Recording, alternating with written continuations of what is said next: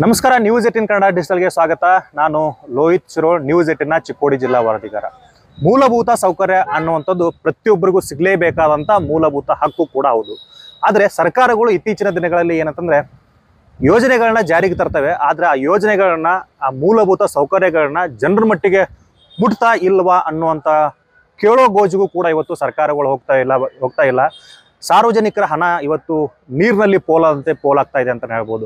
ಅದಕ್ಕೆ ಸ್ಪಷ್ಟ ಉದಾಹರಣೆ ಏನಪ್ಪಾ ಅಂತಂದ್ರೆ ಇವತ್ತು ಹೇಳಕ್ ಹೋಗ್ತಾ ಇದ್ದೀವಿ. ಚಿಕ್ಕೋಡಿ ತಾಲೂಕಿನ ತೋರ್ನಹಳ್ಳಿ ಅನ್ನುವಂಥ ಒಂದು ಗ್ರಾಮದ ಸ್ಟೋರಿ ಇದು. ಆ ಒಂದು ತೋರ್ನಹಳ್ಳಿ ಅನ್ನುವಂಥದ್ದು ಸುಮಾರು 700-800 ಮನೆಗಳು ಇರುವಂಥ ಒಂದು ಪುಟ್ಟ ಗ್ರಾಮ. ಚಿಕ್ಕೋಡಿಯಿಂದ ಕೂಗಳತೆ ದೂರದಲ್ಲೇ ಇರತಕ್ಕಂಥದ್ದು. ವಿಶೇಷವಾಗಿ ಯಾಕೆ ಇವತ್ತು ಈ ಒಂದು ಗ್ರಾಮವನ್ನು ನಾವು ಆಯ್ಕೆ ಮಾಡ್ಕೊಂಡಿದ್ದೀವಿ ಅಂತಂದ್ರೆ, ಇಲ್ಲಿ ಜನರಿಗೆ ಕುಡಿಯೋ ನೀರಿಗೂ ಕೂಡ ಇವತ್ತು ತತ್ಸರ ಪಡುವಂಥ ಪರಿಸ್ಥಿತಿ ಇಲ್ಲಿ ನಿರ್ಮಾಣ ಆಗಿದೆ ಅಂತ ಹೇಳ್ಬೋದು. ಬೇಸಿಗೆ ಅಂತೂ ಬಿಟ್ಬಿಟ್ಟು, ಬೇಸಿಗೆಯಲ್ಲಂತೂ ಅವರು ಕಿಲೋಮೀಟ್ರು, 2 ಕಿಲೋಮೀಟ್ರು, 3 ಕಿಲೋಮೀಟ್ರ್ ಅದು ಎಷ್ಟಾಗುತ್ತೋ ಗೊತ್ತಿಲ್ಲ, ಅಷ್ಟು ದೂರಿಂದ ನೀರು ತಂದು ಜೀವನ ಮಾಡಬೇಕಾಗತ್ತೆ. ಆದರೆ ಈಗ ಮಳೆಗಾಲ ಸ್ಟಾರ್ಟ್ ಆಗಿದೆ. ಮಳೆಗಾಲದಲ್ಲೂ ಕೂಡ ಅದೇ ಪರಿಸ್ಥಿತಿ ಇದೆ ಅಂತಂದ್ರೆ ನಾವೆಲ್ಲರೂ ಕೂಡ ಇವತ್ತಂದ್ರೆ ಸರ್ಕಾರ ಕೂಡ ತಲೆ ತಗ್ಗಿಸುವಂಥ ಈ ಒಂದು ಸಂಗತಿನೇ ಅಂತಾನೆ ಹೇಳ್ಬೋದು. ಯಾಕಂತಂದ್ರೆ ಇವತ್ತು ಕನಿಷ್ಠ ನೀರು ಕೂಡ ಕೊಡೋದಕ್ಕೆ ಇವತ್ತು ತಾಲೂಕು ಆಡಳಿತ ಅಥವಾ ಜಿಲ್ಲಾಡಳಿತ ಅಥವಾ ಸರ್ಕಾರದಿಂದ ಆಗ್ತಾ ಇಲ್ಲ ಅಂತಂದ್ರೆ ಇದು ವಿಚಾರ ಮಾಡುವಂಥ ಪ್ರಶ್ನೆ ಯಾಕೆ ಉಳ್ಕೊಳ್ಳುತ್ತೆ ಅಂತ ಅನ್ಬೋದು. ಪ್ರಮುಖವಾಗಿ ಏನಿವತ್ತು ತೋರ್ನಹಳ್ಳಿ ಅನ್ನುವಂಥ ಗ್ರಾಮ ಇದೆ, ಆ ತೋರ್ನಹಳ್ಳಿ ಗ್ರಾಮದಲ್ಲಿ ಪ್ರತಿ ಮನೆಗೂ ಕೂಡ ಸರ್ಕಾರ ಇವತ್ತು ಲಕ್ಷಾಂತರ ರೂಪಾಯಿಗಳನ್ನ ಖರ್ಚು ಮಾಡಿ ಪ್ರತಿ ಮನೆಗೂ ನಲ್ಲಿ ಕನೆಕ್ಷನ್ಗಳನ್ನ ಕೊಟ್ಟಿದೆ. ಕೇಂದ್ರ ಸರ್ಕಾರ ಏನಿವತ್ತು ಒಂದು ಪ್ರತಿ ಮನೆಗೂ ಕೂಡ ನಲ್ಲಿ ಮುಖಾಂತರ ನೀರು ಹೋಗ್ಬೇಕು, ಮನೆಗೆ ಅವ್ರ ಮನೆ ಬಾಗಿಲಿಗೆ ನೀರು ಹೋಗಿ ಮುಟ್ಟಬೇಕು ಅನ್ನೋ ನಿಟ್ಟಿನಲ್ಲಿ ಜಲ್ ಜೀವನ್ ಅನ್ನುವಂಥ ಒಂದು ಮಿಷನ್ ಅಡಿಯಲ್ಲಿ ಇವತ್ತು ಪ್ರತಿ ಮನೆಗೂ ಕೂಡ ನೀರಿನ ಕನೆಕ್ಷನ್ ಅನ್ನ ಕೊಟ್ಟಿದೆ. ಆದ್ರೆ 1 ವರ್ಷಗಳ ಕಳೀತಾ ಬಂತು ಇವತ್ತು ಜಲ್ ಜೀವನ್ ಮಿಷನ್ ಕಾಮಗಾರಿ ಮುಗಿದು. ಆದ್ರೆ ಇದುವರೆಗೂ ಕೂಡ ಒಂದು ದೊಡ್ಡ ಹನಿ ಕೂಡ ಆ ಒಂದು ನಲ್ಲಿಗಳಲ್ಲಿ ಬಂದಿಲ್ಲ. ಸೊ ಇದು ವಿಚಾರ ಮಾಡುವಂತ ಮಾತಾಗಿರ್ತಕ್ಕಂಥದ್ದು. ಯಾಕಂತಂದ್ರೆ ಏನಿವತ್ತು ಚಿಕ್ಕೋಡಿ ಅನ್ನುವಂಥದ್ದು ಅಂತಂದ್ರೆ ಬೆಳಗಾವಿ ಜಿಲ್ಲೆಯಲ್ಲಿ 2ನೇ ಜಿಲ್ಲೆ ಅಂತಾನೆ ಕರೆಸಿಕೊಳ್ಳುತ್ತೆ. ಚಿಕ್ಕೋಡಿಯಲ್ಲಿ ಬಹುತೇಕ ಎಲ್ಲಾ ಜಿಲ್ಲಾ ಮಟ್ಟದ ಕಚೇರಿಗಳಿದ್ದಾವೆ. ಕೂಗಳತೆ ದೂರದಲ್ಲೇ ಇವತ್ತು ತೋರ್ನಹಳ್ಳಿ ಅನ್ನುವಂಥ ಗ್ರಾಮ ಇದೆ. ಜಸ್ಟ್ 8 ಕಿಲೋಮೀಟರ್ ಹೋದ್ರೆ ಸಾಕು ನಮಗೆ ತೋರ್ನಹಳ್ಳಿ ಗ್ರಾಮ ಸಿಗುತ್ತೆ. ಇಷ್ಟು ಪಕ್ಕದಲ್ಲಿ ಇರ್ತಕ್ಕಂಥ ಹಳ್ಳಿಗಳ ಪರಿಸ್ಥಿತಿ ಆದ್ರೆ ಇನ್ನು ಉಳಿದಿರ್ತಕ್ಕಂಥ ಹಳ್ಳಿಗಳ ಪರಿಸ್ಥಿತಿ ಏನಾಗಿರ್ಬೋದು ಅನ್ನುವಂಥದ್ದು ನಾವು ಇಮ್ಯಾಜಿನ್ ಮಾಡಬೇಕಾಗುತ್ತೆ. ಇವತ್ತು ತೋರ್ನಹಳ್ಳಿ ಅನ್ನುವಂಥ ಒಂದೇ ಗ್ರಾಮದ ಈ ಸಮಸ್ಯೆ ಅಲ್ಲ, ಬಹುತೇಕ ಏನಿವತ್ತು ಸುಮಾರು 20ಕ್ಕೂ ಹೆಚ್ಚು ಹಳ್ಳಿಗಳಲ್ಲೂ ಕೂಡ ಇದೇ ರೀತಿಯಾದಂಥ ಒಂದು ಸಮಸ್ಯೆ ಇದಾವೆ. ಏನಂತಂದ್ರೆ ಇವತ್ತು ಲಕ್ಷಾಂತರ ರೂಪಾಯಿ ಖರ್ಚು ಮಾಡಿ ಜಲ್ ಜೀವನ್ ಅನ್ನುವಂಥ ಮಿಷನ್ ಅನ್ನ ಇವತ್ತು ಆ ಗ್ರಾಮಗಳಲ್ಲಿ ಯೋಜನೆ ಅನುಷ್ಠಾನ ಮಾಡಿದ್ದಾರೆ. ಕಾಮಗಾರಿ ಮುಗಿದಿದೆ. ಆದರೆ ಆ ಕಾಮಗಾರಿ ಮುಗಿದ ಮೇಲೆ ಆ ಕಾಮಗಾರಿಗೆ ತಕ್ಕಂಥ ಬೆಲೆಯನ್ನು ಕೊಡಬೇಕು. ನೀರು ಬಂದರೆ ಮಾತ್ರ ಆ ಕಾಮಗಾರಿ ಪೂರ್ಣ ಅನ್ನೋದಕ್ಕೆ ನಾವು ಸಾಧ್ಯ ಆಗತ್ತೆ. ಆದರೆ ಇದುವರೆಗೂ ಕೂಡ ಆ ಕಾಮಗಾರಿಗೆ ಮುಗ್ದಿಲ್ಲ. ಬದಲಾಗಿ ಸರ್ಕಾರದ ಲೆಕ್ಕದಕ್ಕೆ ಮಾತ್ರ ಆ ಕಾಮಗಾರಿ ಮುಗಿದಿದೆ. ಅದರ ರಿಯಲ್ ವಾಸ್ತವಾಂಶ ನೋಡಿದಾಗ ಆ ಕಾಮಗಾರಿ ಇನ್ನೂ ಕೂಡ ಅಪೂರ್ಣವಾಗಿ ಉಳ್ಕೊಂಡಿದೆ ಅಂತ ಹೇಳ್ಬೋದು. ಮನೆ ಮುಂದುಗಡೆ ಕೂಡೋ ರೀತಿಯಲ್ಲಿ ಕಟ್ಟೆಗಳನ್ನ ಕಟ್ಟಿ ಅದಕ್ಕೆ ಒಂದು ನಲ್ಲಿಯನ್ನು ಕೂಡಿಸಿದ್ರೆ, ಆದರೆ ನಲ್ಲಿಗೆ ಇದುವರೆಗೂ ಕೂಡ ನೀರು ಬಂದಿಲ್ಲ. ಆ ನೀರು ಬಾರದೇ ಇರೋದಕ್ಕೆ ಇವತ್ತು ಅಲ್ಲಿನ ಜನ, ತೋರ್ನಹಳ್ಳಿಯ ಜನ ಇವತ್ತು ಸಾಕಷ್ಟು ಸಂಕಷ್ಟವನ್ನ ಪಡ್ತಾ ಇದ್ದಾರೆ. ಅನಿವಾರ್ಯವಾಗಿ ಬಿಂದಿಗೆಗಳನ್ನ ಇಟ್ಕೊಂಡು ಇವತ್ತು 1 ಕಿಲೋಮೀಟರ್, ಅರ್ಧ ಕಿಲೋಮೀಟರ್ ಎಲ್ಲಿ ಬೋರ್ವೆಲ್ಗಳು ಸ್ಟಾರ್ಟ್ ಇರ್ತವೆ ಅಲ್ಲಿಗೆ ಹೋಗಿ ಅಲ್ಲಿಂದ ನೀರು ಹೊತ್ತು ತಂದು ಜೀವನ ನಡೆಸುವಂತ ಪರಿಸ್ಥಿತಿ ನಿರ್ಮಾಣ ಆಗಿದೆ ಅಂತ ಹೇಳ್ಬೋದು. ಸೊ ಈ ಕುರಿತು ಸ್ಥಳೀಯರು ಕೂಡ ಮಾತನಾಡಿದ್ದಾರೆ. ಏನ್ ಮಾತನಾಡಿದ್ದಾರೆ ನೋಡ್ಕೊಂಬರೋಣ ಬನ್ನಿ. ಪರಿಸ್ಥಿತಿ ನೀರೇ ಇಲ್ರಿ, ಕುಣಿಸೋರು ಅಟ್ಟಲ್ಲ, ಅವಕ್ಕೆ ನೀರಿಲ್ಲ, ಪಾನಿ ಇಲ್ಲ.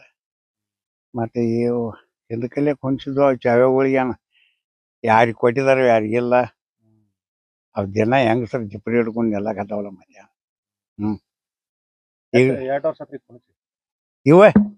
ಇವು ಮನೆ ಕುಣಿಸ್ಯಾರಲ್ರಿ. ಅಂದ್ರೆ ಒಂದು 2 ತಿಂಗಳು ಆಗಿರ್ಬೇಕು, 1 ತಿಂಗಳು. ಇಲ್ರಿ ದೇವ್ರ ನೀರಿಲ್ಲ, ಅವ್ ಯಾರು ಕುಣಿಸಿ ಹೋಗಿದಾರ ಅವ್ ಅಜ್ಜದವ್. ನೀರ್ ಬೇಕಾದ್ರೆ ಈಗ ಇಲ್ಲೊಂದ್ 2 ಚಾವೆ ಕೊಟ್ಟಾರ್ರಿ ಒಂದು ಸರ್ಕಾರ. ಪಾತ್ರ ತರೋದಿಲ್ಲ, ಮತ್ತೆ ಹೆಂಗ್ ಮಾಡಿದ್ರಿ? ಮಳೆಗಾಲದಾಗ ಮತ್ತೆ ಈಗ ಬ್ಯಾಸಿಗ್ಯಾಗನ ಪರಿಸ್ಥಿತಿ ಕೆಟ್ಟಿರ್ತೈತಿ. ಮತ್ತೆ ಮಳೆಗಾಲದಾಗೂ ಬಿ ಹಂಗ, ಬ್ಯಾಸ್ಗಿ ಬಿ ಹಂಗ. ನೀರಿಂದಂತೂ ಪ್ರಮಾಣ ಬಹಳ ತ್ರಾಸ ಐತಿ. ಇನ್ನ ಹೊಸ ಚಾವಕ್ ಏನ್ ಬಂದಿಲ್ರಿ, ಹಳಿ ಚಾವಕ್ ಎಷ್ಟು ಬರ್ತಾವ್ರಿ? ಎಲ್ಲ ಕಡೆ ಸ್ವಲ್ಪ ಅದಾವ್ರಿ. ನಮ್ಮ ಮನೆಗಳ್ದಾಗ ಏನಿಲ್ರಿ, ತಗೊಂಡಾರ ಅಷ್ಟ ಪೈಲ ಅಷ್ಟ ಅದಾವ್ರಿ. ಹೊಸ ಚಾವಿ ಎಲ್ಲ ಕಡೆ ಕೊಟ್ಟಿದ್ದಾರೆ. ಹಾ ಕೊಟ್ಟಾರ. ಅವ್ರ ಕಡೆ ಎಲ್ಲ ಕುಂಚಿದಾರ. ಪರಿಸ್ಥಿತಿ ಏನೈತ್ರಿ? ಅವಕ್ಕೇನೆ ನೀರ ಬರಾನಿಲ್ರಿ. ಎಷ್ಟು ವರ್ಷ ಆತ್ರಿ ಕುಣಿಸಿ? ಈ ಮನೆ ಕುಣಿಸಿದಾರ 2 ತಿಂಗಳ ಆಯ್ತು. ಎಲ್ಲ ಕುಡಿದ್ ಮುಗಿದು 1 ವರ್ಷ ಆತ್ರಲ್ಲ. ವರ್ಷ ಆಯ್ತು. ಈಗ ನೀರ್ ಬೇಕಂದ್ರೆ ಹೆಂಗ್ ಮಾಡತ್ರಿ? ಬೋರ್ದಿಂದ ತರೋದ್ರಿ. ಬೋರ್ದಿಂದ ಚಾವಿಕ್ ಒಂದ್ 4 ದಿನ ಬಿಟ್ಟು ಬರ್ತಾವ್ರಿ. ಹೊತ್ತ ನೋಡಿ ತುಂಬ್ಕೋತೀವಿ. ಅಂದ್ರೆ ಬೋರ್ಲಿಂದ ಹಾ ಬೋರ್ಲಿನ ತರ್ತೇವ್ರಿ. ಹೊತ್ತ ತರಬೇಕು. ಹಾ ಹೊತ್ತ ತರ್ತೇವ್ರಿ. ಎಲ್ಲ ಕಡೆ ಎಲ್ಲ ಬರೀ ಕೊಡಗೊಳ ಕಾಣ್ತಾವ್ರಲ್ಲ. ಹ್ಞೂನ್ರಿ. ಎಲ್ಲ ಹೊತ್ತ ತರಬೇಕು. ಹಾ ಹೊತ್ತ ತರ್ತೇವ್ರಿ.